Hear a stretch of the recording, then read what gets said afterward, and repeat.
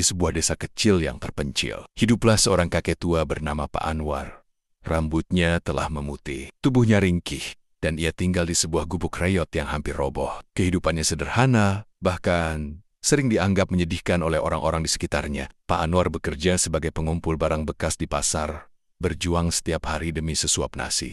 Namun, kehidupan Pak Anwar tak lepas dari cemoohan dan hinaan. Banyak orang mencibirnya sebagai orang tua tak berguna yang hanya membebani masyarakat. Anak-anak muda kerap menertawakannya. Sementara beberapa orang tua lain bahkan tak segan menyuruhnya pergi ketika ia datang untuk meminta barang bekas. Pak Anwar hanya bisa menunduk dan menerima semuanya tanpa membalas sepatah kata pun. Suatu hari saat mengais tumpukan barang bekas di pasar, Pak Anwar menemukan sebuah buku tua yang sudah robek di beberapa bagian. Meskipun ia tidak begitu mengerti isi buku itu, ia membaca sedikit demi sedikit setiap malam dengan cahaya lilin kecil di gubuknya. Buku itu berjudul Rahasia Menemukan Peluang di Tengah Kesulitan. Perlahan, ia mulai memahami pesan dalam buku tersebut, bahwa di balik setiap kesulitan, selalu ada peluang yang bisa diubah menjadi keberhasilan. Pak Anwar mulai melihat pekerjaannya sebagai pengumpul barang bekas dari sudut pandang yang berbeda. Ia mempelajari cara-cara mendaur ulang barang yang ia kumpulkan. Ia mencoba membuat kerajinan tangan sederhana dari barang bekas,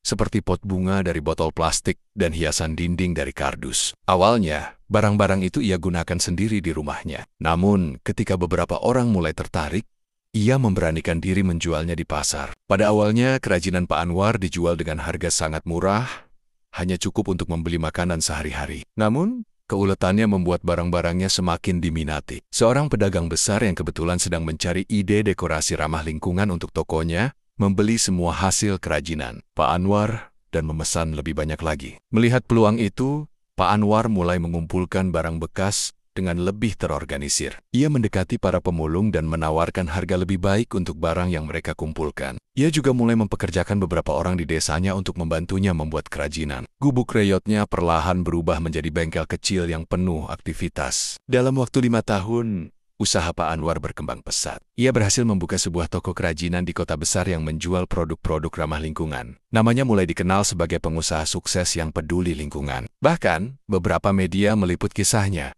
membuat orang-orang yang dulu mencibirnya berubah menjadi kagum. Pak Anwar tidak hanya kaya secara materi, tetapi juga dihormati oleh banyak orang. Ia menggunakan sebagian besar kekayaannya untuk membangun sekolah keterampilan di desanya. Anak muda belajar membuat kerajinan dan mencari peluang di tengah keterbatasan. Ketika ditanya bagaimana ia bisa bangkit dari keterpurukan, Pak Anwar hanya tersenyum dan berkata, "Hinaan itu tidak akan menghancurkanmu kalau kamu tidak membiarkannya meracuni hatimu. Sebaliknya, jadikan itu bahan bakar untuk membuktikan bahwa kamu bisa menjadi lebih baik." Ingat, di balik setiap sampah ada sesuatu yang berharga.